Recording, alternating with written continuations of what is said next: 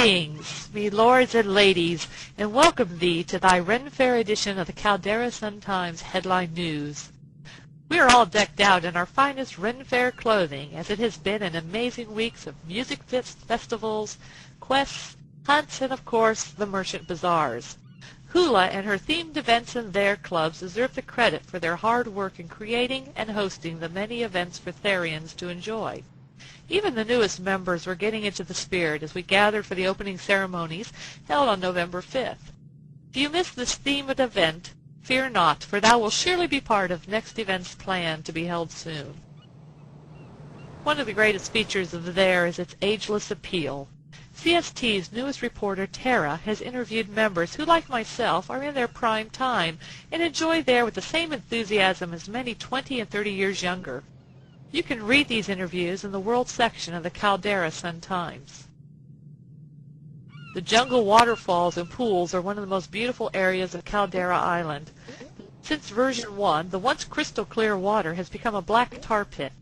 Field correspondent Howlin' Wolf caught up with their chief conservationist Levi Jones concerning this ecological nightmare. We take you now to Howlin'.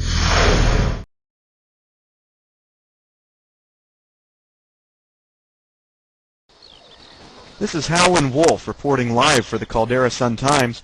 I'm at Jungle Falls on Caldera Island, and with me I have Levi Jones, a representative of the Caldera Water Conservation Department. Levi, I just wanted to talk to you for just a second about these reports that we've had of black water here at the Jungle Falls. What do we know about the source of? Actually, Howling, this just in from the folks here that have been researching the problem. We have found that it's actually because a new spring has formed underneath the old spring, and this is just sediment that's beginning to come up from the volcanic layer in the island. Sediment? Does that sounds pretty innocuous. Is it safe for us to be standing in here? I mean, we're right in the middle of this black water.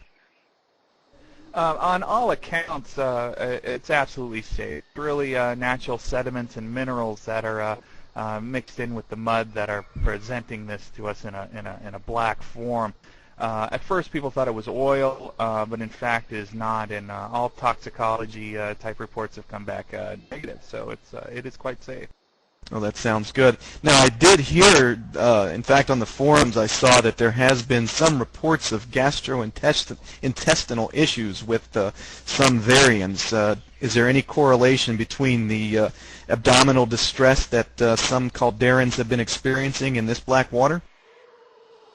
We suspect that actually the gastrointestinal issues are not related to the water. In fact, we believe they're related to Randra Lockett's latest pizza recipe. Ah, I see. So really the water then is perfectly safe, and it'll be safe to bring the kids down here for the weekend? That's absolutely correct. Should no problems whatsoever. We're hoping that the black water clears out here quickly. Okay, great. One last question. I did notice that the issue of black water appeared around the same time that the UFO was reported up on Nini's Peak. Do you think there's any significance to these two events happening so close to one another? You know, that's a great question. We do have a team that's been investigating the UFO sighting and also some reports on a particular dog being have gone missing in relation to that UFO sighting. But you know what? Get back to me on this actually correlating with that or having anything to do with it. It's definitely something we're looking at. Okay, great. And if your team happens to see the dog, he's actually mine. Herman has been missing for about 24 hours now. So, this is Howlin' Wolf reporting live from Jungle Falls. Rose, back to you in the studio. Thank you, Howling. We'll be back with more coverage after this word from our sponsor.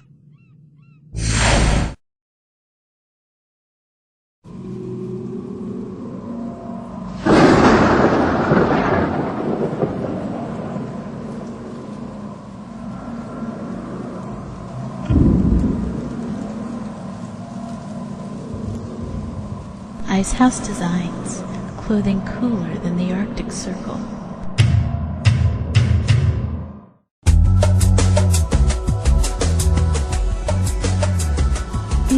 bold.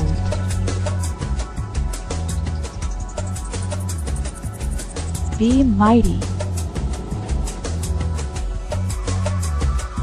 Blue Motor Works.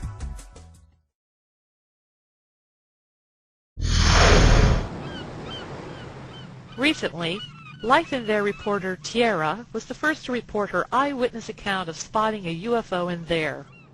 Since then, the faithful have ascended to the top of Mount Nene in order to catch a glimpse of this rare phenomena.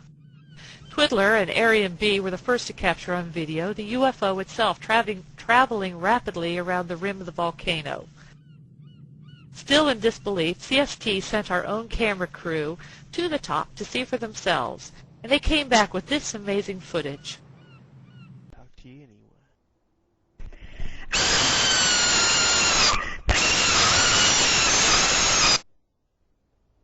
Howlin' Wolf would also like to ask if any of you have seen his dog Herman, last spotted November 6th at the top of Mount Nene. Please email him, care of the Caldera Sun-Times.